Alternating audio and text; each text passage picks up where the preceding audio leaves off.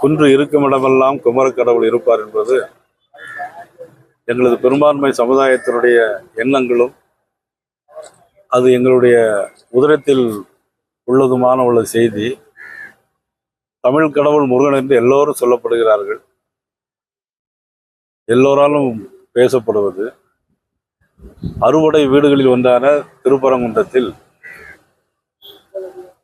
சட்டமன்ற உறுப்பினர் அப்துல் சமது, நாடாளுமன்ற உறுப்பினர் மதிப்புக்குரிய நவாஸ்கனி அவர்களும் ஒரு 15 நாளைக்கு முன்னாடி அங்கே போய் திருப்பரங்குன்ற மலை எங்களுக்கு சொந்தம்னு சொல்லியும் அங்கே பிரியாணி சாப்பிட போகிறோம்னு சொல்லியும் கழுத்தில் ஆடெல்லாம் தூக்கி கொண்டு போட்டு பேட்டி கொடுத்தாங்க. அதனுடைய விளைவாக நாங்கள் என்ன பண்ணோம், நாங்கள் போய் அங்கே உள்ள மலைக்கு மேலே உள்ள முருக கடவுளையும் காசி விஸ்வநாதர் கோயிலையும் கும்பிட்டுட்டு நாங்கள் எல்லாரும் அங்கேயும் பேட்டி கொடுத்துட்டு வந்தோம். இது அரசியல்வாதிகள் செய்யக்கூடிய வேலை இல்லை. ராமநாதபுரத்திலும் மணப்பாறையிலும் ஓட்டுகளை வாங்கிட்டு வந்து ஒரு சாராருக்கு எதிராக, ஒரு பெரும்பான்மை மக்களுக்கு எதிராக ஒரு அரசியல்வாதிகள் பேட்டி கொடுவது தவறுன்னு சொல்லி நான் உள்பட அரசியல்வாதிகளில் யாரும் கலந்து கொள்ளக்கூடாது, இந்த மாதிரி செயல் ஈடுபடக்கூடாதுன்னு நாங்கள் ஏற்கனவே பேட்டி கொடுத்துட்டு வந்துட்டோம். அதனைத் தொடர்ந்து இந்து முன்னணி சார்பாக 4ஆம் தேதி ஆர்ப்பாட்டம்னு அறிவிச்சிருந்தாங்க. இன்னைக்கு 4ஆம் தேதி ஆர்ப்பாட்டம். நேற்று எல்லா வீடுகளிலும் தமிழ்நாட்டில் உள்ள எல்லா பாரதிய ஜனதா கட்சி மாவட்ட தலைவர்கள், இந்து முன்னணியை சார்ந்தவர்கள் எல்லாரையும் வீட்டு காவலிலே வச்சிருந்தாங்க. இன்னைக்கு கூட மதுரையில் பேராசிரியர் சீனிவாசன் இன்னைக்கு கைது வீட்டு காவலிலே வச்சிருக்கிறாங்க. ஆனால் 400 வருஷம் அடிமைப்பட்டு வெள்ளக்காரன் காலத்தில் கூட இவ்வளவு இம்சை யாருக்கும் இருந்தது கிடையாது.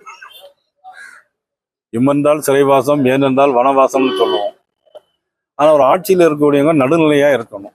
ஓட்டுக்காக இந்த பெரும்பான்மை மக்களை இம்சை செய்கிற ஒரு அரசாக இன்னைக்கு தமிழ்நாடு அரசாங்கம் செயல்பட்டு கொண்டிருக்கிறது. ஆக வன்மையாக கண்டிக்கக்கூடியது. இந்த மாதிரி செயல்கள் என்பது ஒரு ஆட்சி மாற்றத்திற்கான அறிகுறியாக தான் நான் பார்க்கிறேன். தொடர்ந்து போகக்கூடியவங்களை கைது செய்யக்கூடிய நிலைமை இருக்கு. கோயிலுக்கு போகக்கூடியவங்க கூட முழு சோதனை செஞ்சு அனுப்பக்கூடிய சூழ்நிலை உருவாயிருக்கு. அதாவது இப்போ கூட அம்பாசமுத்திலிருந்து ட்ரெயினில் வந்திருக்காங்க. வந்தவுடனே எந்த ஊருன்னு கூட திருப்பரங்குன்றம் போறியா அப்படின்னு கேட்டுட்டு உடனே கைது பண்ணி இன்னைக்கு கொண்டு வந்திருக்கிறாங்க. காய் வேட்டிக்கிட்டு எந்த கோயிலுக்கு போனாலும், காய் வேட்டி கட்டிட்டு கோயிலுக்கு போனாலும் பச்சை வேட்டி காவி கட்டி கட்டுறது பெரும்பான்மை மக்களுடைய ஒரு சம்பிரதாயம். அது கோயிலுக்கு போகும்போது சுத்தமாக இருக்கணும் அப்படிங்கிறதுக்காக. ஆனால் இன்னைக்கு காய் வேட்டி கட்டினவங்களும் பச்சை வேஷ்டி கட்டினவங்களையும் இன்னைக்கு கைது பண்ணிட்டு வச்சிருக்கிறாங்க. இது எதை காட்டுக்கு, எப்படி ஒரு சந்தர்ப்ப சூழ்நிலை எதுக்கு வருது அப்படிங்கிறதே தெரியல. இது மிகப்பெரிய ஒரு மாற்றத்தை மக்கள் மனதில், ஒரு ஆர்ப்பாட்டத்தை நடத்த விட்டுருந்தா கூட இன்னைக்கு போய் எல்லாம் காலையில் ஒரு 10 மணிக்கு எல்லாரும் ஆர்ப்பாட்டம் பண்ணி ஒரு கோஷத்தை போட்டு நீங்கள் எல்லாம் அமைதியாக கலைஞ்சு போயிருப்பாங்க.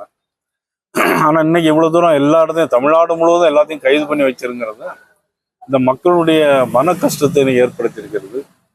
இதற்கு இறைவன் கண்டிப்பாக ஒரு தீர்ப்பு எழுதுவான். அந்த தீர்ப்பு வெகு விரைவில் இருக்கும். நன்றி. பேசி முடிக்கிறதுக்கான முயற்சியை அரசு கையில் எடுக்கல அப்படின்னு இதுல பேசி முடிக்க வேண்டிய அவசியமே கிடையாது.